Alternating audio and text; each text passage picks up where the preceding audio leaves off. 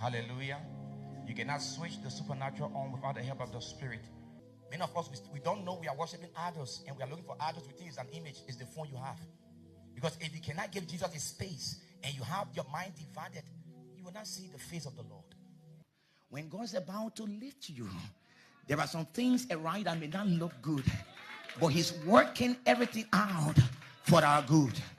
David said, I will bless the Lord at all times, and his praise shall continually be in my mouth. Even when I go to bed, knowing that nothing there to eat in the next morning, I will still bless the Lord. Even when things look bleak, it look blank, gloomy, I will still bless the Lord, because his praises will not leave my mouth. The songwriter said, I will not be silenced, for I will always worship you. The enemy wants you to be silent, because out of your praise God can birth a miracle. The enemy wants you to be quiet, because out of your praise things can change. The enemy wants you to be quiet because your praise is a standard, it's a blow and a slap in the face of the enemy to let him know that God is still able. One more reference. That's St. John chapter 11, verse 41 and 42. Can I get it up, please? St. John chapter 11. So then they took away a stone from the place where the dead was laid. And Jesus lifted up his eyes and said, Father, I thank thee that thou hast heard me. And 42. And I knew that thou hearest me always. But because of the people which stand by, I said it, that they may believe that thou hast sent me. Jesus did not see death. Where's Jesus? At the grave of who? Lazarus. Jesus did not see what? Death. He saw a means to give God thanks and bring honor to God. What are you faced with? What is that caused you to change your tongue? Few days ago, you were waking up, Lord, I thank you. You are good to me. Then now, something just quick. And then they go beneath getting tired. What is it? Jesus did not see a grave.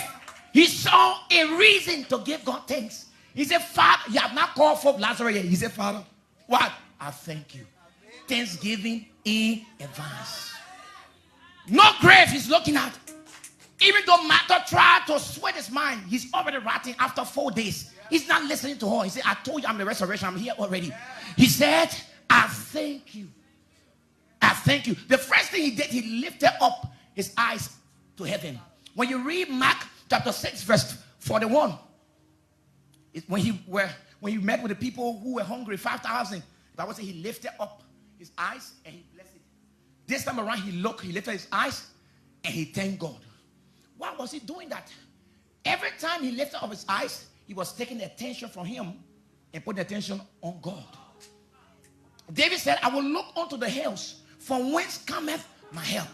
For my help cometh from the Lord, who is the maker of the heaven and earth. That word David was saying was telling us that the Lord is the owner of heaven and earth. So he has the right to permit what comes out of heaven to earth and what leaves earth to heaven. So he said, I'm talking to the landlord, the one that gave access. And Jesus said it. He looked up and gave thanks. The reason why your thanksgiving has stopped is because you are looking around for that uncle or that auntie, that boyfriend, that girlfriend, or that job. But when you keep your eyes on Jesus, when you keep your eyes onto the hills, from whence cometh your help, it always flows, it always comes, because he will never forsake you. It may not come the time you want it, but it will never be late. Oh God. Maybe you didn't get it. It may not come the time you want it, but it will never be late, because God never late. He controls times. He controls seasons. He knows the span of your life. He knows when it is right and when it is expedient to have it. He looked up and gave thanks. And then the next thing he did, he called forth the dead man.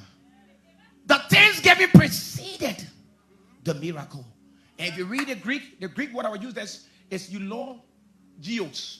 It means to sing praise to God, to talk of the goodness of God. That's what he did. You always heard me. You are a good God. I know you. You know, the Greek word is almost like the Hebrew word. It can mean many things. But he said, alogio. Like we can say alogio. This one is eulogia. What you can say when people pass away, they borrow that word from the Greek people. It means to sing praise. Say, God, you always. And I mean this time. That's why I want you to sing this song. I got a victory that you promise. You promise it, but I got it. You almost saying the word that you promise it, I got it.